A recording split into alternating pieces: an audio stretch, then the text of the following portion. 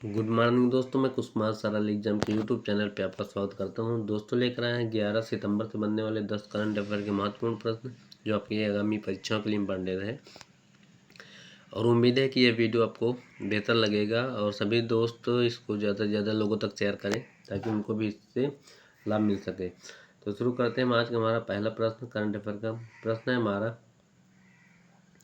अरुण गोयल को किस देश का नियुक्त किया गया? अमेरिका, चीन, क्रोएशिया या जापान? तो राइट आंसर इसका होगा क्रोएशिया, सी ऑप्शन। ठीक, तो पूर्व चुनाव आयुक्त अरुण गोयल को क्रोएशिया में भारत के नए राजदूत के रूप में नियुक्त किया गया। अब क्रोएशिया की बात करें तो इसकी राजधानी क्या है? जाग्रेब है। मुद्रा यूरो है। राष्ट्रपति जोरान मिलानोविक और प्रधानमंत्री आंद्रेज प्लेनकोविक। ठीक, नेक्स्ट हमारा प्रश्न है, भारत सरकार ने किसे अपना नया वित्त सचिव नियुक्त किया? ऑप्शन है तुहिन कांत पांडे, राजीव गौबा, समीर कामत, जगदीश प्रसाद। तो राइट आंसर इसका ए है, तुहिन कांत पांडे को नया वित्त सचिव नियुक्त किया भारत सरकार ने। तो केंद्र सरकार ने तुहिन कांत पांडे को वित्त सचिव नियुक्त किया और उड़ीसा कैडर के 1987 बैच के भारतीय प्रशासनिक सेवा IAS अधिकारी तुहिन कांत पांडे वर्तमान में निवेश और सार्वजनिक संपत्ति प्रबंधन विभाग DIPAM के सचिव। ठीक, और पांडे ने टीवी सोमनाथन का स्थान लिया जो अब कैबिनेट सचिव के पद पर कार्यरत हो गए। ठीक, ये भी इंपॉर्टेंट नियुक्तियां हैं, याद रखना इनको। अगला हमारा प्रश्न है, कौन सा देश है जो सोशल मीडिया पर बच्चों की आयु निर्धारित करने वाला पहला देश बनेगा? इटली, अमेरिका, चीन या ऑस्ट्रेलिया? राइट आंसर इसका होगा डी ऑप्शन, ऑस्ट्रेलिया होगा। ठीक, तो ऑस्ट्रेलिया सोशल मीडिया पर बच्चों की सुरक्षा के लिए न्यूनतम आयु तय करने वाला कानून बनाएगा और ऑस्ट्रेलिया के प्रधानमंत्री एंथनी अल्बनीज ने कहा कि यह कानून माता पिता का समर्थन करने और बच्चों को सुरक्षित रखने के लिए है, क्योंकि इस समय बच्चे ज़्यादा मोबाइल में बर्बाद हो रहे हैं गेम के चक्कर में, इस वजह से। ठीक, और हाल ही में दुनिया का सबसे लचीला सौर पैनल किसने बनाया? IIT Delhi, Oxford university, Harvard university या सिचुआंग यूनिवर्सिटी? राइट आंसर रहेगा ऑक्सफोर्ड। ठीक, तो ऑक्सफोर्ड यूनिवर्सिटी ने के वैज्ञानिकों ने सौर ऊर्जा तक पहुंच बढ़ाने में महत्वपूर्ण सफलता हासिल की है। यूनिवर्सिटी के भौतिक विभाग के शोधकर्ताओं ने एक अति पतली सामग्री विकसित की है जो संभवतः पारंपरिक भारी सिलिकॉन आधारित सौर पैनलों की जगह ले सकती है। ठीक, और यह फिल्म पारंपरिक सिलिकॉन वेफर्स की तुलना में 150 गुना पतली है, फिर भी यह पारंपरिक सिंगल लेयर सिलिकॉन फोटोवोल्टिक की तुलना में 5% अधिक ऊर्जा दक्षता उत्पन्न कर सकती थी।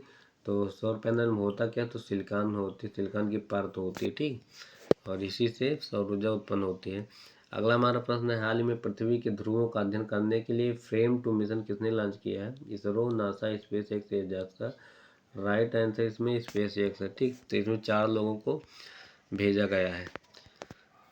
तो अरबपति एलन मस्क के स्वामित्व वाली कंपनी स्पेस एक्स से पृथ्वी के ध्रुवीय क्षेत्र के अध्ययन के लिए 1 साल के अंत में फ्रेम 2 अंतरिक्ष मिशन लॉन्च करने की योजना बनाई है। स्पेस एक्स मिशन में 4 सदस्य शामिल होंगे। यह मिशन उड़ान भरने और कक्षा से पृथ्वी के ध्रुवीय क्षेत्र का पता लगाने वाला पहला मानव अंतरिक्ष विमान मिशन होगा। ठीक, इसकी स्थापना की बात करें स्पेस एक्स की 14 मार्च 2000 को संस्थापक इसके एलन मस्क हैं। ठीक, नेक्स्ट हमारा प्रश्न है, हाल ही में कौन सा देश दुनिया का सबसे बड़ा प्लास्टिक प्रदूषक बनकर उभरा है? भारत, चीन, जापान या अमेरिका?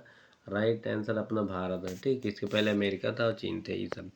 तो प्लास्टिक प्रदूषण को पैदा करने में भारत विश्व में सबसे आगे है, जो प्रति वर्ष 10.2 मिलियन टन यानी 9.3 मिलियन मैट्रिक टन प्लास्टिक पैदा करता है, जो अगले सबसे बड़े प्रदूषणकारी देशों नाइजीरिया और इंडोनेशिया से 2 गुने से भी अधिक है। ठीक, और वेलिस ने कहा है कि चीन, जिसे अक्सर प्रदूषण के लिए खतरनाक नाक की तरह देखा जाता था, चौथे स्थान पर चीन।